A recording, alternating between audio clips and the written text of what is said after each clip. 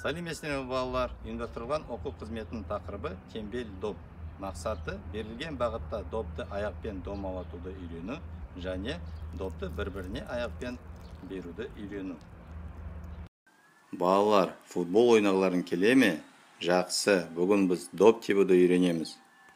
Негізгі қимылдарды бастамас бұрын денемізді қыздырып алуымыз керек. Сол үшін 30-40 секунд жеңіл жүгіріспен жүгіреміз.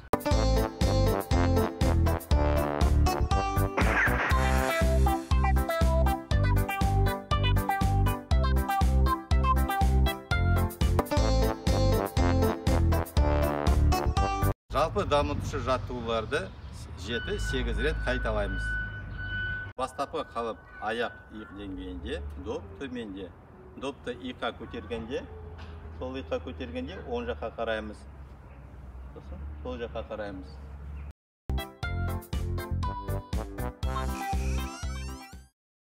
Аяқ алшақ, доп төменде. Допты алдыға, жоғары көтереміз, аяқтың ұшына көтерілеміз. Бастапқы қалыпқа келеміз. 1, 2, 3, 4, 1, 2, 3, 4. Бастапқы қалып аяқ бірге, доп төменде, денені айналдыру керек.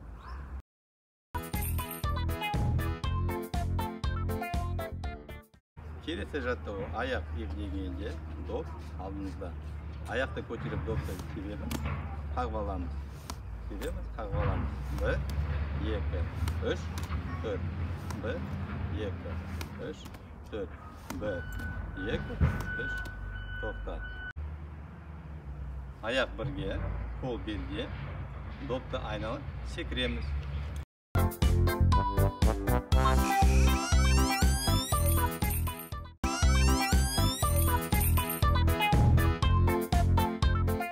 Допты тура бағытта домалату үшін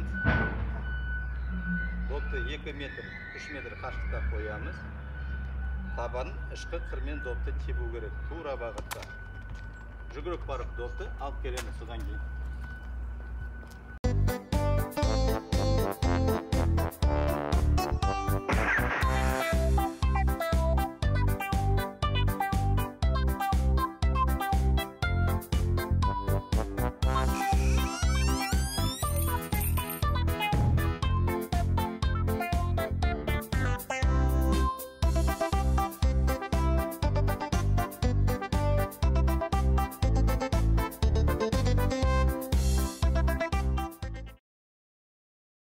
Қимылды ойын қақпашы және шабуылшылар. Мақсаты балаларды мергендікке, ептілікке, белгілі бір бағытты көздей білуге үйрету.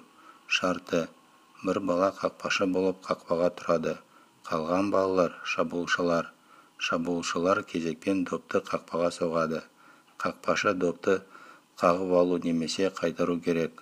Қақпаға гол соққан бала бір ұпай алады. Барлығы бір рет допты соққасын қақпашы ауыстырылады.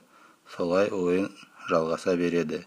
Ең көп ұпай жинап алған бала жеңімпаз аталады. Нұсқаулар: балаларды 2 командаға бөліп ойнатуға болады. Жарайсыңдар балалар, бүгін сендер тура бағытта допты домалатуды және бір-біріне пас беруді үйрендіңдер. Сау болыңдар.